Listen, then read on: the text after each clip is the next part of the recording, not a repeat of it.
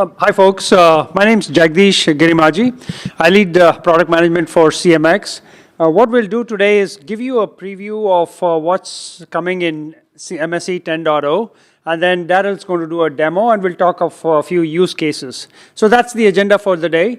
In terms of highlights of what's coming in 10.0, we've done a lot of innovations around location. I'll get into the details of that. The other two buckets are user-centric design and scalability and clustering. I'll not talk much about scalability or the user-centric design. We'll let you see from the demo. But I will focus a bit on the location innovations. And what we have done here is defined quality of location. And if you can go to the next slide, Daryl. So there are three vectors before one has to understand before you can define the quality of location. The first one is precision or location accuracy. So that's one vector, and we have innovated on that front. We'll show you the demonstration in a bit here. The other dimension of when you define the quality of location is refresh rate. Especially in the mobile world, when you have mobile phones coming into the picture, you have to make sure that the mobile phones are probing when associated so that you can capture more data points and you can get location fixes more frequently. So this is the refresh rate, the dependency that the mobile phones bring in, and we have innovated around this to make this behavior a bit more consistent. The last aspect is the end-to-end system latency. So once the device probes, how long does it take for the system or the solution to give a northbound notification so that you can take an action? So this is all about getting real-time location and real-time location analytics, right? So that can be so that all of this can be actionable. So in summary, what the three vectors or the three dimensions of location, quality of location are again absolute precision, refresh rate, and real-time location. So those are the location awareness. So I'm going to pass it on to Daryl to actually demonstrate 10.0 capabilities. And we'll also talk about a few use cases that our customers are talking to us about. Daryl. All right, thanks, Jagdish. And so I'm a really visual guy. So one of the things I want to make sure is really highlight about the idea of accuracy. The accuracy is, a 1 meter square versus 10 meter accuracy. That's the first vector that we've done a lot of expertise. 1 meters to 10 meters, right? And the second is how many times do I get a packet, right? If I only do a location calculation based on probe packets, send a probe now, long, send a probe then. I've got to have some other sorts of things to make me send more probes. And then finally, after I've gotten that probe, I then have to run through a bunch of calculations to give you an XY coordinate off of an HTTP stream or some other thing. And those are the three that we've innovated with. And I'm going to give you a world's first here for you guys, because I'm about to show this next at the keynote. This is one of the ways that we've done this. So this is our new hyperlocation module. So this is the first showing of it here, right there. So I thought I'd give you this. It's going to be shown at the keynote at tomorrow. No, this is the plenum painted official final hyperlocation module, and that really helps us do that first level of innovation. The idea of moving the accuracy down from 3 to 7 meters, sometimes 10 meters down to a 1 meter module. And so the innovations that we've done here are a couple of them. One is the idea of an array of antennas around a standard 3700 AP. And this array of antennas goes gives me an angle of arrival. And so that angle of arrival gives me, when I triangulate that with a couple of different APs, this 1 meter accuracy. And the other giant innovation is on BLE. So this actually also in this module is a wireless security module, so it does the radio scanning when it's not doing the location, and it's a BLE beacon. So it does 5 beacons, fully programmable, with multiple transmit levels. It's really, an enterprise class beacon has another capability. And so if you're looking to do a solution where you want to combine beaconing and Wi-Fi based location, this really we think is the right technology, because you've got embedded a beacon that's going to be in the ceiling, never lose power, always at the same transmit layer, always on, programmable by prime with a single CLI command to roll your UUIDs if you need to, or change your major and minors. So it's a very robust solution for beaconing. And so this is what we are shipping in May of this year. When you say array of antennas around a thing, how much difference does it make an inch or I mean, so how many are there? There are 32 antennas around here, 16 for 2.4, 16 for 5 gigahertz. So there's 32. It's sent in 4 quadrants. So each of these is a motherboard. So it's effectively 4 different motherboards, a master, slave 1, slave 2, slave 3. Each of them have 8 antennas, 4 for 4 and 4 for 2.4, 4 for 2.4 and then for 5. We each have 4. And the angle of arrival makes a lot of difference, and that's really That was where my question was going to. Is how much difference is an antenna here and like 2 inches there? How does that make sure this is the angle? so. That really is the sort of the science on the phase arrival of it, is that we can actually tell whether or not it's received most powerfully from this antenna or this antenna. We're going to listen across all the antennas. The distance between them is about 1.5 inches. We'll actually have displays of the motherboard. I have them on my machine, but you'll actually see them. 3 antennas that see me coming. Yeah, but you're seeing it minus 50, minus 50, minus 48, minus 51. So you're probably on this one versus over here. And so that's really what's going to be able to provide that angle of arrival. So forgive me, I'm not a wireless guy. In fact, me and wireless had a mutual divorce several years ago. Everything was very amicable. Anyway, the outside, so that you're communicating with the outside antennas. What then is the role of the antennas on the inside? The antennas on the inside, these are the serving antennas. So these guys are listening. These are just 32 listening antennas that just try to find you for location. The BLE beacon is coming out of this part, and then these 4 antennas here are actually transmitting your packets, your 802.11 AC packets. Are they technology a lot different? The antenna for, is it a different type of antenna? No, it's generally the same type of antenna, but physically it's much different, right? It's designed. Can we pass it around? No, no, you can't. We can't. I can show it to you close up, but we're not passing around my plenum beautiful. No, the backside with the connector. Think of it's like a WSSM module here, backside special connector. No. I don't want to pull my connector. Fair enough? Exactly. That's what I want to. And again, this is just a standard 3700. It could also fit on a 3600, either of our modular antennas, or either of our modular APs. So it could be sold as an add-on? It is sold as an add-on. The list price that we've announced is $995. As a list price, and it comes with 2 components, right? The wireless services module and then the antenna. And so you could buy just the wireless service modules if you want a really good beacon and really good security, and then or you buy the entire thing. You also get beacon, security, and location. It's those 3 things that are offered: security, location, beacon. Is that the connection point on the side there, where that's like the standard for like if you had an external antenna? No, this is built into this. This is a brand new module, and this is a brand new connector for this brand new module. Let's pass through that brand new connector. What is the angle of arrival signal strength from all 32 antennas is sent across this. So you've got 4 different motherboards, 1 connector to each of the motherboards. Yeah, as analog signals to process into this WSSM digital module that's powered by the AP. We're using standard PoE, PoE Plus to power the thing. And that provides you everything you need to come up with a more precise 1 meter location accuracy with 4 of these in the ceiling. All right. So I thought that would be an interesting one. And the second one I want to show you is our new 10.0 user interface. Here we have the MSE 10.0. First of all, let's log on and show you the new interface.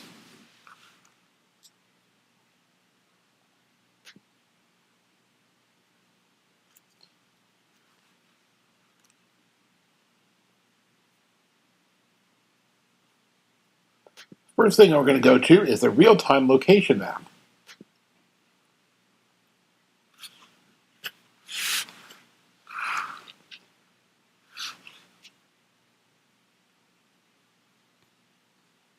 This real-time location map has a couple of great new features that you should be interested in. One is, as you hover over individual access points, you can determine what clients they are seeing. If you click on it, you can see that this access point's MAC has detected 2 individual clients. Similarly, if you click on an individual client, you can see the access points that are being used to determine its location. So it's being seen by these 6 access points. You can also find out information about these devices, such as this was an Apple device that was last seen via a probe packet 17 minutes ago. For devices that are associated to the network, you can actually click on them and see additional information, such as the bytes sent and received. In this case, it's not sending anything, but any additional information about them. And we'll actually show some of the zones that I actually have set up in this area, which is just an east, west, and center.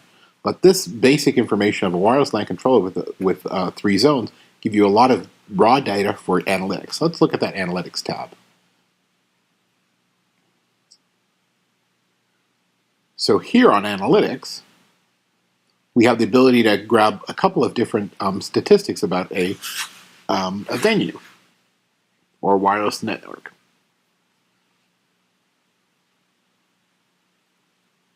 First of all, the 3 basic things that you can grab are dwell time, device counts, and crossover reports. The way dwell time works is it can determine what's the average length of time people have spent in a particular area. In this case, for the entire campus, over a particular period, and let's pick this week, the average dwell time of all visitors, as you can also see that is 1 hour and 1 minute. The average dwell time of repeat visitor or new visitors is 47 minutes. Repeat visitors is 1 hour and 20 minutes. This is based on the MAC addresses that have been detected in that mall. And you can see that the average dwell time changes as you move towards between the different times of the day. But generally, it's about the 1 hour time, about 1 hour. Late at the evening, as they've got security guards, the average dwell time goes a little bit higher. The second thing that you can look at is the number of device counts. So if we do that same selection of last week, the number of devices has been seen as 35,436,000 unique devices. 13,000 were repeats, 21,000 were new visitors. And as you can see across the zones, the center of the mall is the most popular, with 23,000 devices detected in that zone. You can also then change the x-axis of the graph to, instead of going it by the individual zones, you could do it by hour. So you can now look at it for over several days, and you can see that the ball starts getting busy at around 10 o'clock. Its peak hour is around 2 o'clock in this case, and then it gets empties out towards 9 o'clock. And this is a pattern that's repeated almost every day. And you can see the days that are busier, like the Saturdays and Sundays, have higher peaks than the other days, such as the Thursdays. If the system is ever down for maintenance, you'll also notice the anomaly of no data collected for that particular day. So you've got a very repetitive set of information about what's going on in your network. And not only can you do it based on the entire campus, you could actually change the x-axis and do it by individual zones.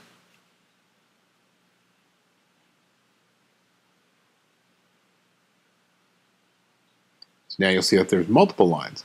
The individual zones, the left, right, and center, are all shown as individual lines. And so the summary was what we've seen before. And you can actually see that the center mall area is always the busiest, and the next one after that is the east, then the west, and then the entrance zone, so the individual mall. Another interesting report is the crossover report. This allows you to see where there's an affiliation between areas of the mall. In this case, you can see of all the 23,000 devices that are seen in the center of the mall, 9% are seen in the entrance zone, 26% in the east, and 51% in the center. There's a high affinity between the center of the mall and the west of the mall, which kind of makes sense. You could actually put anything into the center chord. Let's say people who are seen in the entrance zone, which is a very small zone that people aren't in for very long. What zones are they also seen in? In this case, we can then do a correlation that 95% of the people seen in the center zone are also seen in entrance are also seen in the center zone, 30% to the west, and 30% to the east. This indicates that there's a very high affinity between the entrance zone and the center zone. And this data, again, was over the last 2 weeks. Finally, as you add reports, you can actually have multiple widgets on the same report. In this case, we've got a mall activity report where we've got a couple of different widgets. In this case, we're showing both the total visitor widget as well as the dwell time widget. So as you can see, you get a couple of different widgets on the same report. Gives you a great view of that. Not only can you do that, but you can actually change the view from, let's say, a summary view to a chart view or a table view to get the actual raw data information. So in this case, there's a count of 34,000 people are in the individual venue. If we wanted to do that by zones, we could actually then get a chart of the number in the individual zones. In this case, we've got the specific numbers for every single location venue that I've set up. Finally, I want to look at the System tab. We've got a lot of great capabilities designed in our new MSE 10.0. Again, it's a clustering system where there's many different components. Each of these components can actually run on different servers. We've got a very enhanced GUI-based system to manage it. We've got the ability to very quickly know what the number of locations and information about active clients, for example, and then an intensive graphical information database about what's been going on as traffic's going in and out of the network. The size of the database, has that been increasing? The overall system and memory utilization over long periods of time. So again, that's a little bit about MSE 10.0. Hope you enjoyed this tour. So you've clearly done a lot of work on the performance of the interface over the last release, and a handful of the reporting functionalities that make it look a lot easier to navigate. Can you touch on the differences between the data you would get out of this versus the data you would get out of Prime infrastructure, and where the two might overlap, right? Because we get those same sort of similar spikes in Prime, right? Yeah, so one of the things about Prime is as we're trying to move more and more as the IT administrator for Prime and the business administrator for the MSE. So that's one of the sort of strategic directions. So when we're programming in Prime, we're looking for the IT guy to be programming it for things that he'd be interested in. For example, it's much more about associated clients. He cares less about unassociated clients, whereas on the MSE, you care about both data sets, both associated and unassociated. So we're going to actually have trending of unassociated clients, which is a data set that you wouldn't see on the new versions of Prime. That's pulled off. And did you say that BLE integration was going to BLE TX was going to happen through MSE or through Prime? The BLE transmission happens on the wires LAN controller. You actually set the wires LAN controller to say, hey, transmit this beacon. That's via CLI command. Is there going to be some sort of like a business admin user interface? Yes, and so that's really where the managed type of capabilities we would be in, to be able to say, hey, I want to assign beacons to particular locations, and then that eventually transmits into CLI commands that are executed on the wireless LAN control. And that's done through the MSE? That will be done through our MSE. So the idea of visualizing where beacons are and programming the beacons is going to be done through our MSE. So we've got a BLE beacon configuration and management here, so we'd have some capabilities to say, hey, where we want to place them on the map, etc. Hey, thanks, Daryl. And we've got a few more minutes, so I can answer any questions. Also, would like to briefly touch on the stuff that we are doing on the BLE front. So Daryl showed how we have integrated a full BLE radio into the access point.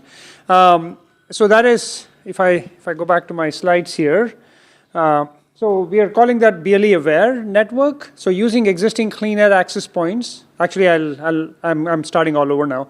So using existing clean air access points, this has nothing to do with the new BLE radio we have actually added, but using the existing clean air access points, we can detect and place BLE beacons on a map and alert if a beacon were to disappear, right? So we are calling it BLE awareness, where we have the capability using existing clean air technology, existing access points to be able to detect, decode, place them on a map and alert.